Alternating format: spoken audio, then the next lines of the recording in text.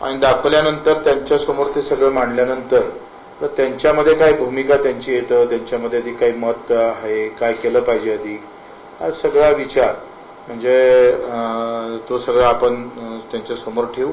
आणि प्रशासन दोन्ही गोष्टींना का जास्तीत जास्त दाखले आपल्याला कसे देता येईल. नोंदी सापडल्या पण नोंदीनंतर दाखले जर भेटले नाही त्याला उपयोग नाही.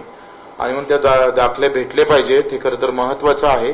नाहीतर मग काय ताट स्वयंपाक केला पण जेवण नाही असं व्यवस्था होऊ नये याची काळजी सरकार घेणार. मी सुद्धा 4-5 दिवसांना स्वतः येऊन त्याचे आढावा घेण्याचा प्रयत्न करेल. मंगेशजी चिवटे असेल, मी असेल, आम्ही सगळे याला आता विभागावर आलो, उद्या जिल्ह्यावर आपण जाऊ. आणि काय होते का आता एक नमुना आम्हाला भेटलाय मला वाटते का त्यामध्ये काय आहे का राघोजी राव आले. आता राघोजी राव मध्ये गाव आलं पण आडनावच आलं नाही. आता आडनाव न आल्यामुळे शोधणं फार कठीण जातं ना. तर आपण तो एक प्रस्ताव आता नव्यानं तयार करतो. इथल्या मीटिंग नंतर आमच्या लक्षात आलं का राघोजी नाव आहे ते कुंभी पण लिहिलेलं आहे. जे अर्थात हे अशा काही नोंदी आहे त्यात कुंभी स्पष्ट आहे, गावही स्पष्ट आहे, पण ते राघोजी कोण होती त्याची वंशवळ आता आपला काढावं लागतं. थोडं कठीण आहे. मग हे काढल्यानंतर आपण काय करतोय आता इथे वाजरवाडी असं आहे, पण याची आता आपल्याला काय करावं वंशवळ काढावं लागेल, ते आडनाव काढावं लागेल. आणि हे काढल्यानंतर आता त्याच्यासाठी एक आपण प्रस्ताव शासनाला लगेच देणार आहोत. प्रस्ताव पण तयार केला जाईल लगेच 1 दिवसात. त्याला मान्यता देऊन एक वेगळी टीम तयार करावं लागेल.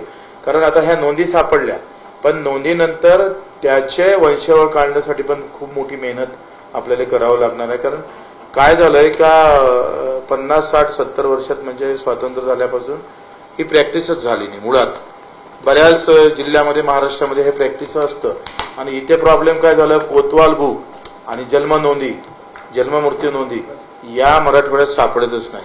आमच्याकडे सापडतं. माझ्या इथं गावात कोतवाल बुक म्हटलं का गावात कोतवाल बुक तयारच आहे, पण इथं ते गहाळ झाले, भेटले नाही किंवा ते उपलब्ध झाले नाही, त्याची ठेवल्या गेली नाही. आणि जे कागदपत्र आहे ते जीर्ण आहे. आता जरांगे पाटील साहेबांच्या आंदोलनामुळे हे मोठं यश आहे. कारण आता हे कुठंच पाहिल्या गेले नव्हते. आता आपण एकूण जर पाहिलं तर किती कागदपत्र पाहिले तर मला वाटतं लाखोच्या घरात, करोडाच्या याच्यात असेल का एका जिल्ह्यामध्ये आपण 30-25 लाख कागदपत्राची छाननी केलेली आहे.